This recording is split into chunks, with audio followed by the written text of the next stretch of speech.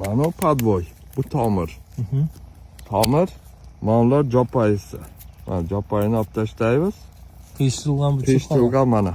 Mana qiyshitilgan jeri mana. Qarmagan. Mana shu buchut kim shu daraxt bo'ladi. Shu sort.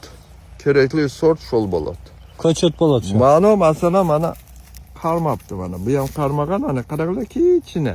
Buchurik. Buni mallarni olib tashlaymiz. Yemi mana shunga kuch beradi.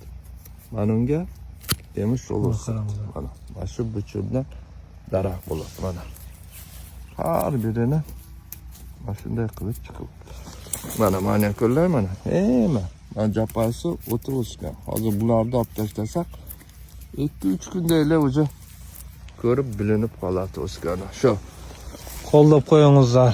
Ko'chat qilib jatganlarga jo'natib qo'yingizlar, alarda udaleniya qilib jetishib qolsin. Qiziqqandan ham qilsa bo'ladi. O'zlaring ko'chat qilsanglar ham bo'ladi. Maşallah.